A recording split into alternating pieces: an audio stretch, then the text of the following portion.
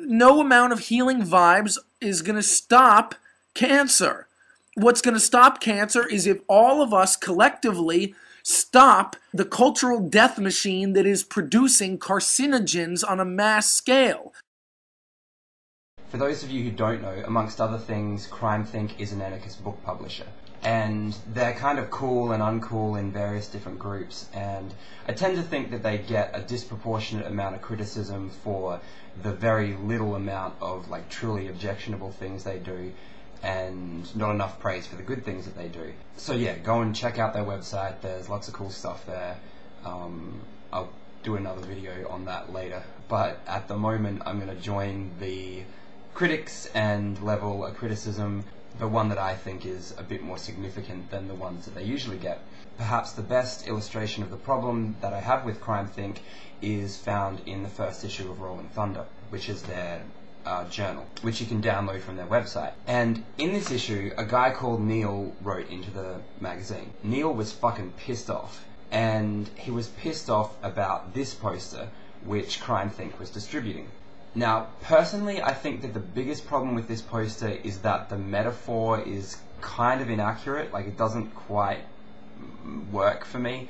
I don't know, maybe I'm missing something. But apart from it being a little bit like, I don't know if that metaphor works, I don't really have a problem with the poster. I think it's pretty good. Neil did not.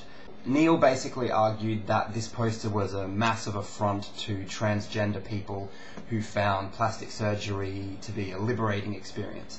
I'm not going to read his whole letter because you can find it and read it yourself if you really want to, but some of the key sections included: do you all understand that hormones and surgery can be a liberating experience for many people?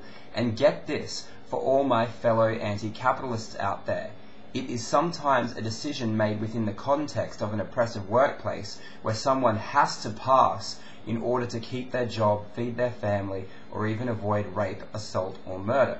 Well, yes, I am aware.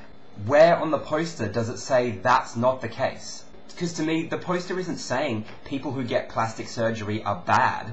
It's saying that just because an oppressive system gets you to cut yourself instead of doing it for you, doesn't mean that that system is no longer oppressive. Neil also says, we need love, support, friends, allies, people who understand what it's like to be forced into a gender box who don't belong. This is a perfect illustration of what fucking pisses me off about the transgender movement. Nobody belongs in a fucking gender box, okay? That's what the last 40 years of radical feminism was about. But are people who get plastic surgery to fit into these different roles bad people? Of course not.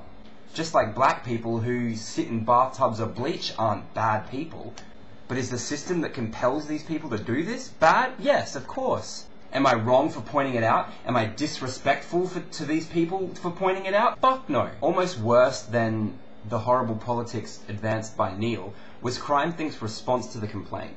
To contextualize it somewhat, it's important to understand that Crimethinc is usually pretty slippery when it comes to criticism. In part, they're able to be this way because Crimethinc is kind of like a pseudonym that anyone who wants to can adopt and use.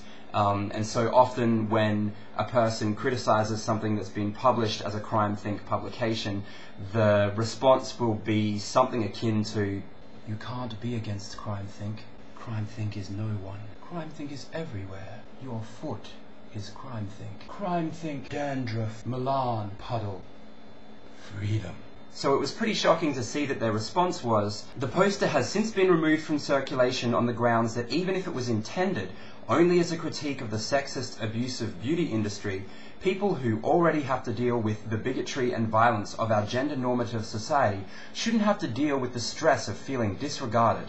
Oh, the sweet, juicy motherfucking irony. Because at one point Neil says, not everyone going to get surgery is a fur coat wearing, vain, insecure, beauty obsessed rich lady.